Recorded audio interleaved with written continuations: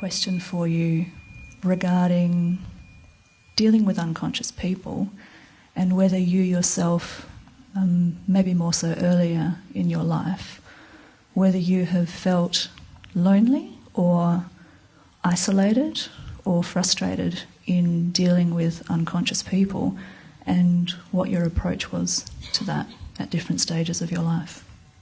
Right, yes. Thank you.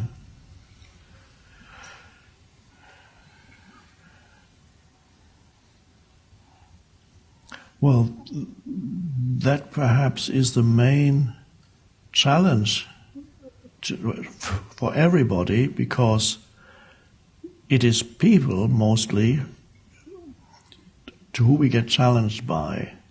Other sources of challenge are, of course, your physical body could present a challenge. There can be financial challenges. But most large part of challenges come through humans, because humans are difficult. Many humans are still very much trapped in ego. First part of your question, I was relatively isolated for many years of my life when, after the shift in consciousness, I carried on with my normal life. It had a certain momentum. I was still in the academic world. And then 3-4 years later, I had to go out of that, leave it behind completely. And then many years happened when I was not related to the world, to any of the usual channels. I had no particular job, no relationships, no close relationships. And I spent many days, weeks, months not seeing that many people. And gradually people would come to me for advice. That happened gradually, it slowly grew through word of mouth. And then I had that kind of relationship with humans. But throughout, there's always challenges. Even if you live in relative isolation, you will come into contact with humans that are unconscious. So I think you need to welcome that, because it's those challenges force you to become more present. You remember I talked about the other day, if you want to make the body stronger, you do exercise, you do physical exercise. And what is physical exercise? It's making life difficult for the body. That's a new way of looking at it, but if you look at it closely, you'll see it is true, because the body suddenly has to make an enormous effort. You're forcing the body, you're giving the body challenges that were not there before. Lift a heavy weight, run a mile, or whatever it is you're doing. And so then through being challenged beyond its comfort zone, the body gets stronger. And in the case of spiritual growth, we need all those unconscious humans to challenge us. Otherwise, the presence would not intensify and arise. So the first thing we need to do, and I learned that also, to regard these unconscious humans as blessings.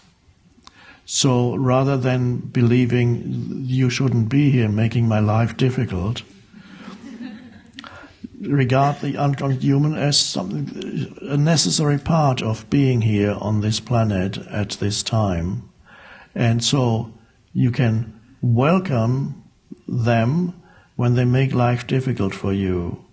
The important thing is, though, that the unconscious humans do not pull you into unconsciousness yourself. That is the challenge, the biggest challenge. And what I mentioned in the previous session also applies here.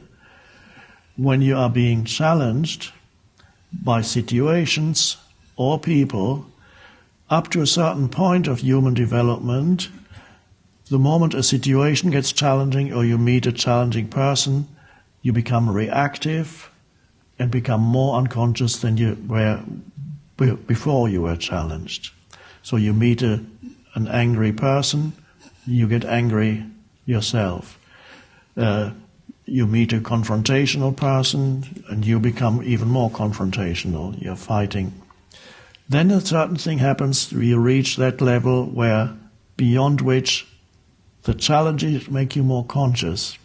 I think most of the people here will have reached the level where you may occasionally be pulled back, yes, but may have reached the level where from now on, when challenges come into your life through situations or people, you become more present rather than be pulled into unconscious reaction. And that's your spiritual practice, that can be your main spiritual practice. So if you realize relationships are your spiritual practice, whether they are short relationships or at work or family relationships, if you can shift the way you look at relationships and then regard relationships as spiritual practice, it's much easier to deal with unconscious humans. And then the challenge is to stay present while they are being unconscious with you.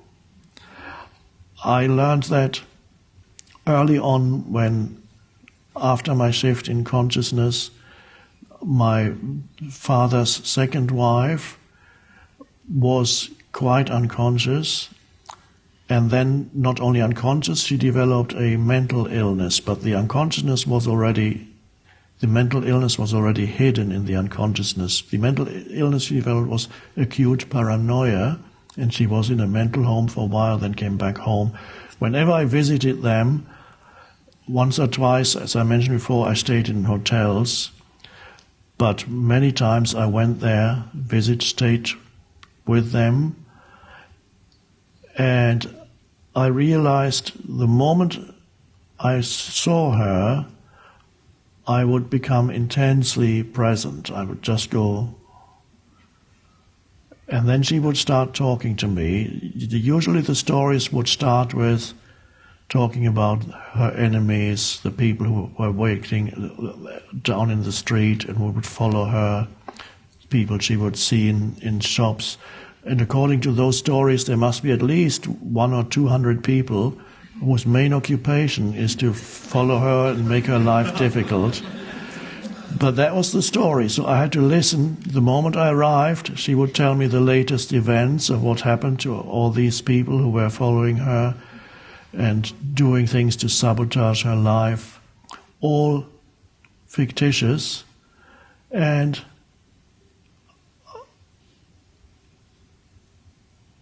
immediately I went into very intense presence.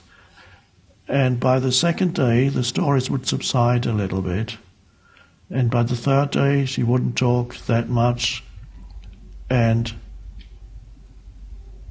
once or twice, it happened that I was not acutely present when she was talking, and immediately the old stories would come back up. She would even look at me suspiciously and say, why are you really here? What do you want from me? So I noticed there was my consciousness had an effect on her state of consciousness. So that was particularly noticeable in that case. And she became more sane while I was there. And the moment I left, she went back into a complete unconsciousness.